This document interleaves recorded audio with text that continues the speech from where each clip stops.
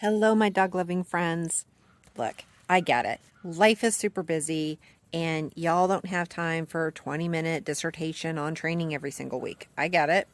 So, I am trying very hard to shorten up my trainer tips so that they can be smaller, more easily digested. Now, when it comes to bigger topics that need more than 5 minutes, I'm going to start breaking them up into a series. So this is my first series on leadership. So there's one of my favorite mentors and trainers. Her name is Suzanne Clothier. And this is a quote from her. "The moment we put on the collar, we have entered into a covenant that promises a dog that we will provide for his needs. All of them." Right? All of their needs. And leadership is one of those needs that is often overlooked. We don't hesitate to meet their needs in food and shelter and, vet care and toys and mental enrichment, and love. Like, we meet all those needs easily. But the need for leadership is oftentimes overlooked by my students. And when we start to dive into that, we wonder, well, why is that? And generally, I find that you hesitate to meet their needs in leadership because you're kind of uncomfortable with issues of like power and status. And most of the time, especially women, they confuse leadership with this concept of alpha. I have to be the alpha. And they often confuse that with being kind of like a jerk or mean to their dogs. If I could remove the term alpha in the realm of dog training, I would. I would take it out in a heartbeat. And here's why. Because alpha means first. And when people are using alpha to define their relationship with their animals, then we start to get in the realm of dominant and submissive, which that is another conversation. But with alpha, it's often very rigid, right? So when people think about alpha, it's rigid. Like there's a pecking order, and that's not what leadership is. Like, leadership should be, right, a guiding hand, not a fist.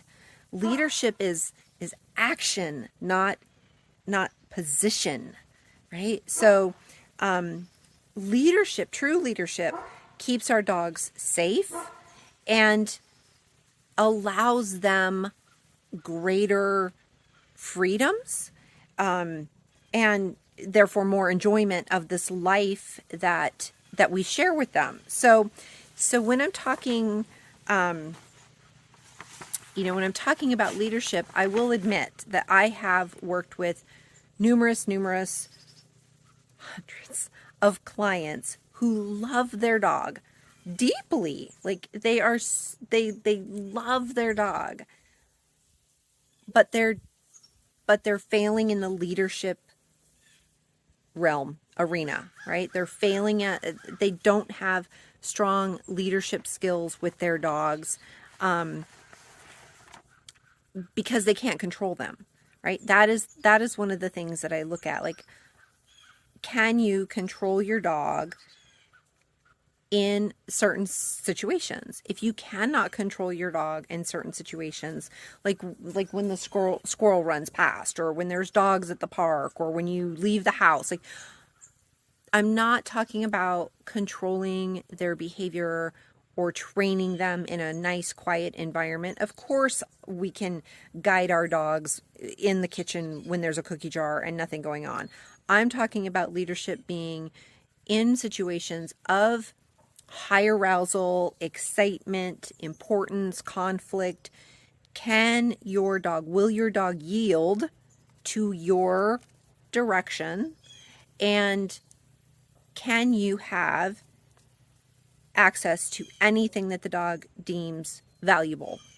So if they have a bone, can I take that bone away from them?